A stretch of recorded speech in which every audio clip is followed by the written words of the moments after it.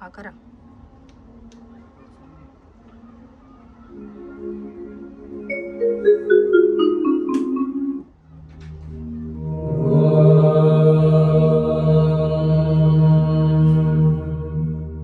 भारताची पुरातन संस्कृती ही एक महान वारसा आहे. ही संस्कृती फक्त अध्यात्म किंवा धर्मापुरती मर्यादित नव्हती, तर ती मेहनत, कुशाग्र बुद्धी, सुनियोजित जीवनशैली, स्वच्छता आणि नीटनेटकेपणाचा आदर्श होती. याचेच उत्कृष्ट उदाहरण म्हणजे मोहेंजोदारो. इथले रुंद रस्ते, व्यवस्थित सांडपाणी व्यवस्था आणि उत्तम जलनियोजन हे सगळं आपल्या प्रगत आणि विचारशील समाज व्यवस्थेचे प्रतीक आहे. आपल्या बुद्धिमत्तेच्या आणि कष्टाच्या जोरावर भारत एकेकाळी सोन्याचा धूर निघणारा देश म्हणून ओळखला जायचा. विज्ञान, तंत्रज्ञान, कला, व्यापार आणि संस्कृती या सर्व क्षेत्रात भारत जगाचा अग्रगण्य देश होता. आपल्या याच समृद्धीवर डोळा ठेवून मुघलांनी आणि ब्रिटिशांनी आपल्या भारताला फार लुबाडून नेले, पण आम्हीही हार मानणारे नव्हतो. बुद्धी, शौर्य आणि निष्ठेच्या जोरावर आपण स्वातंत्र्य मिळवलं. पुन्हा एकदा भारत, आपला हिंदुस्थान नव्या जोमाने उभा राहत आहे. तंत्रज्ञ, संशोधक, शेतकरी आणि तरुणांच्या बळावर आज भारत जागतिक महासत्ता होण्याच्या मार्गावर आहे. आपल्या याच यशामुळे पाकिस्तान, चीन, अमेरिका यांसारख्या परकीय शक्तीची वाईट नजर आपल्या भारतावर आहे. ते नेहमीच आपल्या प्रगतीत अडथळे निर्माण करत असतात. आपल्याला अस्थिर करण्यासाठी कटकारस्थानं रचत असतात.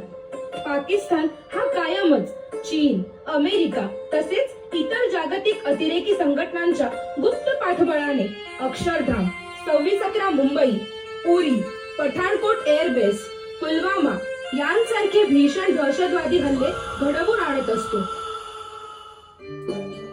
22 एप्रिल 2025 जम्मू काश्मीर मधील पहलगाम येथील बेसारन व्हॅली. सुंदर, निसर्गरम्य आणि स्वर्गासारखी शांतता. त्या दिवशी शेकडो पर्यटक आपल्या कुटुंबासोबत तिथल्या सौंदर्यात हरवले होते.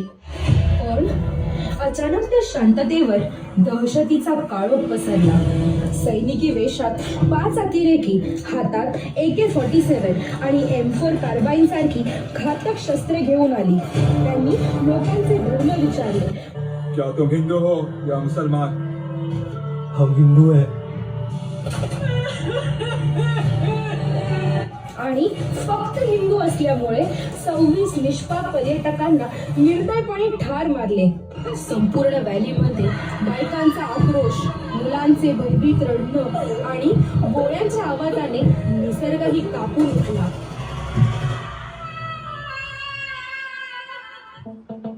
हा हल्ला केवळ मानवतेवर नव्हे, तर आपल्या देशाच्या एकतेवर आणि शांततेवर घाव होता.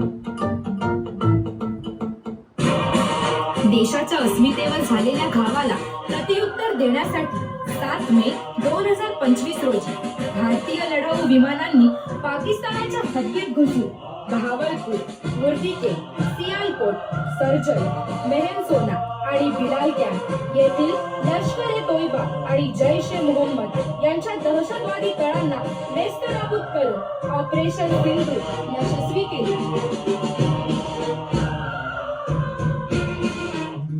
तब्बल 137 अतिरेक्यांना कंठस्नान घालून आणि पाकिस्तानची वायुरक्षा प्रणाली बेचिराग करून संपूर्ण जगाला दाखवून दिलं की भारत काय करू शकतो. सुनो गौर से दुनिया वालों, बुरी नजर ना हम पे डालो, चाहे जितना जोर लगा लो, सबसे आगे होंगे हिंदुस्तान.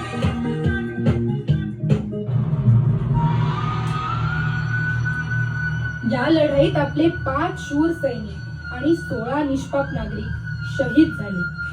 त्यांच्या जाण्याने आपण हळहळलो खरे, पण विचार करा, जेव्हा आपल्याच अस्वच्छ वर्तनामुळे, अन्न भेसळीमुळे, स्वार्थी वृत्तीमुळे आपणच आपल्या भारत मातेला प्रदूषित करतो, तेव्हा त्या प्रदूषणामुळे गंभीर आजारांनी त्रस्त होणाऱ्या आणि मृत्युमुखी पडणाऱ्या हजारो निरपराध जीवांचे काय?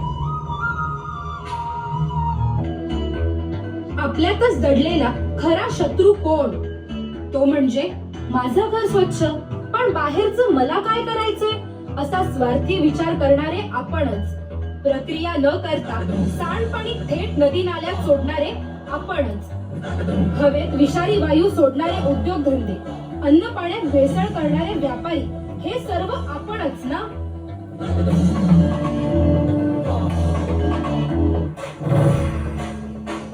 सीमेवरच्या शत्रू बरोबर लढा देण्यासाठी आपले जिगरबाज सैन्य तर सक्षम आहेतच, पण आपल्या आतला शत्रू, वाईट सवयी, वृत्ती आणि वर्तन नष्ट करण्यासाठी लागणाऱ्या मिसाईल्स कोणत्या? त्या म्हणजे स्वच्छता, चांगली मूल्ये, पर्यावरणाचे रक्षण आणि सामाजिक जबाबदारीची जाणीव. चला तर आजच एक संकल्प करू. आपल्या घरातील ओला आणि सुका कचरा योग्य पद्धतीने वर्गीकृत करू. आपल्या घरासोबतच आपला परिसरही स्वच्छ ठेवू. दरवर्षी झाडे लावू आणि त्यांचे संगोपन करू आणि आपल्या पुढच्या पिढीला सुसंस्कारित करू. चला परत निसर्गाकडे, स्वच्छतेतून समृद्धीकडे.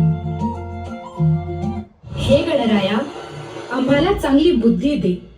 निसर्ग रक्षण ही आमची सर्वात मोठी जबाबदारी आहे, याची जाणीव आम्हाला होऊ दे आणि परत भारताला सोन्याचा धूर निघणारा देश म्हणून गतवैभव प्राप्त होऊ दे.